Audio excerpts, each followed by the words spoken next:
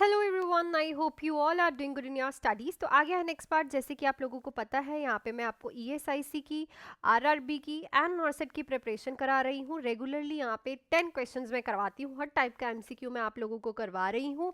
सो 470 questions हम already कर चुके हैं। आज हमने 471 क्वेश्चन करना है। सो जो भी बच्चा इस चैनल पे न्यू है, रेगुलरली ऐसे ही एमसीक्यूज देखने के लिए इस चैनल को सब्सक्राइब कर दीजिएगा, वीडियो को लाइक कर दीजिएगा एंड शेयर कर दीजिएगा। आज हम ज़्यादातर वन लाइनर क्वेश्चन करेंगे। ऐसा क्यों? ताकि आपका वन लाइनर क्वेश्चन का भी बेस जो है अच्छा सा बन जाए। सो बने रहेगा, वीडियो को बिना स्किप करके देखिएगा। एंड अगर कोई भी बच्चा, जैसे कि आप लोगों को पता है कि ईएसआईसी का जो एग्ज़ाम है वो होने जा रहा है 7 जुलाई को। जो इसका क्रैश कोर्स है वो स्टार्ट हो चुका है। 999 में आप आज ही ज्वाइन कर सकते हैं। 7973244089 पे कॉल या फिर मैसेज करके। अब आप लोगों के पास ओनली 40 डेज़ का टाइम बचा है। तो इन 40 डेज़ को आप इस क्रैश कोर्स को ज्वाइन करके यूटिलाइज कर सकते हो बच्चे। इसमें सिर्फ ये ही नहीं है कि आपको सिर्फ एमसीक्यूज मिलने वाले हैं, नहीं। इसमें मैं आपको इंपॉर्टेंट टॉपिक्स भी करवाऊंगी हर एक सब्जेक्ट्स के, जो कि ईएसआईसी के पॉइंट ऑफ व्यू से इंपॉर्टेंट है। एमसीक्यू करवा रही हूँ, थ्योरी भी करवा रही हूँ, प्लस टेस्ट सीरीज आपको अलग से बाय करने की नीड नहीं है कहीं से भी, इसी में ही आपको मिलेंगी। प्रीवियस ईयर पेपर भी हम इसी में ही डिस्कस करने वाले हैं। आप इस नंबर पे कॉल या फिर मैसेज करके ये 999 वाला क्रैश कोर्स लिख के मुझे डायरेक्टली ये बाय कर सकते हो। जो क्लासेस है वो लाइव एंड रिकॉर्डेड है, आपको लाइव भी मिलेंगी एंड रिकॉर्डिंग्स भी मिलेंगी। प्लस सबसे बड़ा बेनिफिट ये है कि जो क्लासेस हमारी हो चुकी हैं उनकी आपको रिकॉर्डिंग्स मिलेंगी। आप कभी भी चेक कर सकते हो उनको, और लाइव रेगुलरली मेरे साथ ज्वाइन करके जो अब डाउट्स आने वाले हैं, बिकॉज अब आप बहुत सारा प्रैक्टिस करोगे एमसीक्यूज को, जो डाउट्स आएंगे वो मेरे साथ क्लियर कर सकते हो। तो नंबर आपकी स्क्रीन पे है। 7 जुलाई को पेपर है, 999 का क्रैश कोर्स इस नंबर पर ज्वाइन कर सकते हो। एंड अगर आप आरआरबी एंड नॉर्सेट की प्रिपरेशन कर रहे हो तो उनके लिए भी मैंने बैच शुरू कर दिया है, क्योंकि अभी 3 मंथ्स ही है हमारे पास। ये जो बैच है ये प्रॉपरली 2499 का है, जिसमें मैं आपको एनाटमी प्लस फिजियोलॉजी करवा रही हूँ। आपका बेसिक क्लियर करना है सबसे पहले, फिर हम ऑल सब्जेक्ट्स की थ्योरी करेंगे।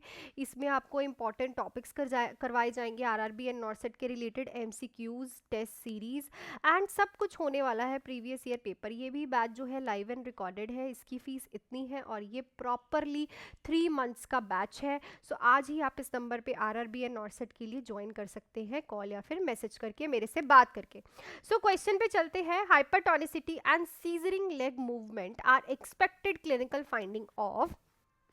सो क्वेश्चन लिखा है कि जब किसी पेशेंट को हाइपरटोनिसिटी होती है और सीजरिंग लेग मूवमेंट्स होती हैं तो वो क्लिनिकल फाइंडिंग्स किसकी मानी गई हैं, ठीक है। सो आपके पास जो ऑप्शंस हैं वो आपको दे रखे हैं, that is your autism, cerebral palsy, mental retardation, schizophrenia. So देखो, seizuring of the legs and जो हाइपरटोनिसिटी देखने को मिलती है। टोनिसिटी क्या होती है? टोनिसिटी का मतलब होता है जो बॉडी टोन है पेशेंट की, ठीक है ना।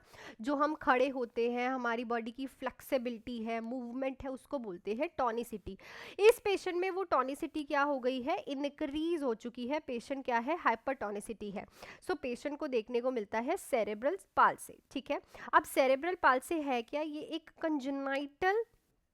कंजेनाइटल लिख लो साथ में, क्योंकि बहुत इंपॉर्टेंट है। डिसऑर्डर अफेक्टिंग मूवमेंट, ठीक है ना। ये वो कंजेनाइटल डिसऑर्डर है जो कि मूवमेंट को इफेक्ट करता है, मसल को अफेक्ट करता है एंड पॉस्चर को इफेक्ट करता है। 3 चीज़ें मैंने बोली हैं, मूवमेंट, मसल एंड पॉस्चर, ठीक है ना। 3 चीज़ें मैंने आप लोगों को बोली हैं। कंजेनाइटल डिसऑर्डर है जो कि मूवमेंट, मसल टोन एंड आपके पोस्चर को अफेक्ट करता है, ठीक है ना। सो ये सेरेब्रल पाल्सी जो है, अब नॉर्मल ब्रेन डेवलपमेंट होती है, बिफोर द बर्थ ही होती है, ठीक है ना। सो ये सब चीज़ें हमें सेरेब्रल पाल्सी में देखने को मिलती हैं। स्किज़ोफ्रेनिया क्या होता है? स्किज़ोफ्रेनिया तो आपको पता है कि बिज़ारे बिहेवियर ऑफ द पेशेंट हो जाता है। मेंटल रिटार्डेशन मतलब उसकी जो क्रोनोलॉजिकल एज होती है वो उसकी जो मेंटल एज है उससे बहुत ही ज़्यादा डिफर करती है। एंड ऑटिज्म होता है, पेशेंट जो है बहुत ज़्यादा सोशली इनएक्टिव होता है, ना किसी से आई कांटेक्ट कर पाता है, बहुत ही ज़्यादा अकेला रहना पसंद करता है। सो नेक्स्ट क्वेश्चन पे हम चलते हैं।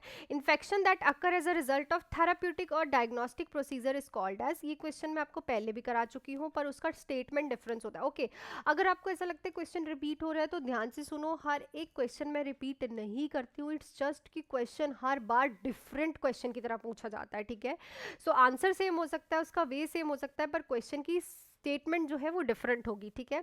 सो वो इन्फेक्शन जो कि थेराप्यूटिक और डायग्नोस्टिक प्रोसीजर से फैलता है उसको हम क्या बोलते हैं, opportunistic infection, iatrogenic infection, cross infection, nosocomial infection. So उसको हम बोलते हैं आइट्रोजेनिक इन्फेक्शन। जब भी आप हॉस्पिटल में जा रहे हो through the physician and procedure अगर आपको कोई भी इन्फेक्शन हो जाए तो उसको हम आइट्रोजेनिक इन्फेक्शन बोलते हैं। ऑपर्चुनिस्टिक इन्फेक्शन का मतलब होता है कि जैसे कोई प्रॉब्लम हुई लाइक एचआईवी हुई, उसके होते हुए आपको टीबी हो गया, ठीक है, then TB is called as an opportunistic infection. Cross infection तो पता है आपको, एक पर्सन से दूसरे पर्सन में होना is called an cross infection. Nosocomial infection होता है हॉस्पिटल एक्वायर्ड इन्फेक्शन। सो ऐसे भी लिखा सकता था, हॉस्पिटल एक्वायर्ड इन्फेक्शन कौन सा होता है, so it's a nosocomial infection. Next पे चलते हैं।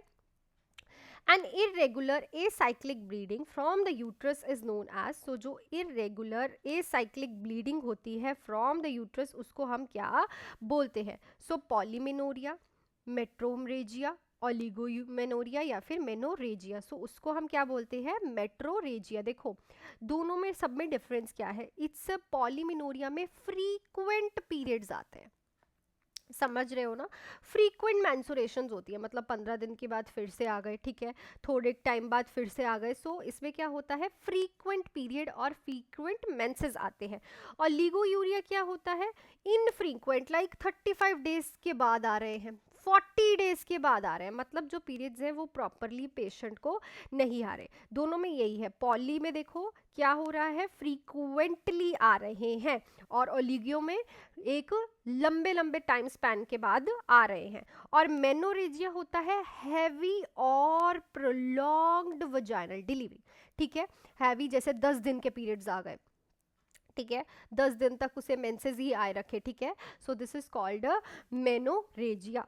चारों के चारों क्लियर हो गए होंगे आई थिंक। और ये किसी तरीके से भी आ सकता है, ये भी पूछ सकते हैं फ्रीक्वेंट पीरियड्स आना आफ्टर 20 डेज, ये भी पूछ सकते हैं लॉन्ग पीरियड साइकिल या फिर मेंसेस साइकिल रहना, that is oliguria and menorrhagia. Next है which position is mostly recommended for rectal examination. तो कौन सी पोजीशन है जो कि रेक्टल एग्जामिनेशन में रिकमेंडेड की जाती है, lithotomy position, dorsal recumbent position, Sims position, prone position. So it is called as Sims position. अगर यहाँ पे नी चेस्ट पोजीशन भी आती तो हम वो भी दे सकते हैं। नेक्स्ट क्वेश्चन पे चलते हैं। An obstruction of blood flowing from left atrium into the right ventricle is known as, तो जो ऑब्स्ट्रक्शन आ जाती है कहाँ से, लेफ्ट एट्रियम से ब्लड का फ्लो करना to the left ventricle. So मैं यहाँ पे थोड़ा सा आपका हार्ट बना रही हूँ, हार्ट क्या वैसे चैम्बर्स बता रही हूँ, ये दोनों है हमारे एट्रियम्स, ये है वेंट्रिकल्स, और ये राइट साइड, ये है लेफ्ट साइड। सो इधर वाली साइड से ब्लड जो है इधर नहीं आ रहा, from left to left atrium to left ventricle में obstruction of the blood flow आ रही है, तो इसको हम क्या कहेंगे, aortic regurgitation, aortic stenosis, mitral stenosis, mitral regurgitation. So उस दिन भी हमने थोड़ा ट्राइकस्पिड वॉल्व का क्वेश्चन किया था, तो यहाँ पे जो प्रेजेंट होता है that is your tricuspid valve, ऐसा सा होता है। और यहाँ पे होता है that is your bicuspid valve, जिसको हम बोलते हैं मिट्रल वॉल्व। तो देखो अगर यहाँ से एट्रियम से ब्लड वेंट्रिकल में नहीं जा रहा लेफ्ट साइड, तो इट मींस मिट्रल वॉल्व में प्रॉब्लम है, और ब्लड नहीं जा रहा इट मींस स्टेनोसिस है, मिट्रल वॉल्व जो है वो टाइट हो चुका है, स्टीनोस कर गया है, मतलब ब्लड को एट्रियम और वेंट्रिकल में जाने ही नहीं दे रहा। रीगर्जिटेशन हो रहा है कि जो मिट्रल वॉल है वो बहुत ज़्यादा लूज हो गया है, ठीक है, इसलिए रीगर्जिटेशन ऑफ द ब्लड हो रही है। सो जो आंसर रहेगा is your mitral stenosis. Anatomy clear होनी चाहिए, सारी डायग्राम्स क्लियर होनी चाहिए, तभी ये क्वेश्चन कर पाओगे। और अभी भी आप लोगों के पास टाइम है, अगर आप अभी भी ESIC का 999 का ओनली बच्चे 999 का बैच जो है वो ज्वाइन करना चाहते हैं, इस नंबर पे कॉल या फिर मैसेज करके आज ही ज्वाइन कर सकते हैं।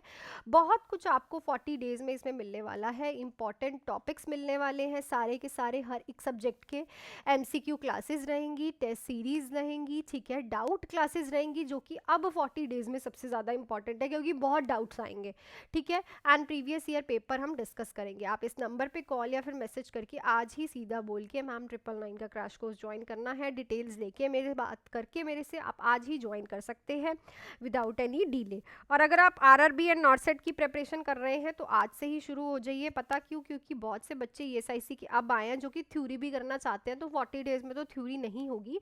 सो आरआरबी एंड नॉर्सेट में फुल थ्योरी बैच 2499 का स्टार्ट हो गया है, जिसमें सबसे ज़्यादा इंपॉर्टेंट मैं आपका बेसिक क्लियर करूंगी। बहुत कम बच्चे हैं जिनका बेसिक क्लियर है। एनाटमी एंड फिजियोलॉजी करेंगे, फुल थ्योरी क्लासेस करेंगे, सब कुछ करने वाले हैं। इस नंबर पे कॉल या फिर मैसेज करके आप ये भी बैच जो है ज्वाइन कर सकते हैं आज ही। सो क्वेश्चन पे चलते हैं, which type of isolation precaution is use for client of measles. तो मीजल्स वाले पेशेंट के लिए किस टाइप ऑफ आइसोलेशन आप यूज करते हो? None of these, contact precaution, airborne precaution, protective environment. So obviously हम कौन सी प्रिकॉशंस यूज करते हैं? एयरबॉर्न प्रिकॉशंस जो है यूज करते हैं, बिकॉज ड्रॉपलेट इन्फेक्शन से फैलता है मीजल्स। नेक्स्ट है N occurrence in which umbilical cord vessel passes through the placental membrane and lie across the cervical os। बहुत इंपॉर्टेंट क्वेश्चन कि जब umbilical cord की जो वेसल्स है सर्वाइकल ऑस को करके पास, ठीक है, पास कर जाती है प्लेसेंटल मेम्ब्रेन्स को, उसको हम क्या बोलते हैं? Abruptio placenta, placenta previa, vasa previa या फिर placenta accreta. So it is called as vasa previa. Vasa previa के बारे में बहुत लोगों को नहीं पता। सो इसमें क्या होता है कि जो अम्बिलिकल कॉर्ड की वेसल्स होती है वो प्लेसेंटल मेम्ब्रेन्स को क्रॉस कर जाती हैं और सर्वाइकल की ऑस के पास जाके लाई कर देती हैं। Abruptio placenta and placenta previa mostly पता है। प्लेसेंटा एक्रीटा होता है कि जो प्लेसेंटा है वो डायरेक्टली कांटेक्ट कर लेता है मायोमेट्रियम के साथ। मायोमेट्रियम कौन सी है? Middle layer of the uterus. Uterus की मिडल लेयर के साथ उसने कनेक्ट बना लिया है। नहीं तो वो किसके साथ होता है? एंडोमेट्रियम, जिसको हम डेसिडियो भी बोलते हैं पहले, ठीक है ना।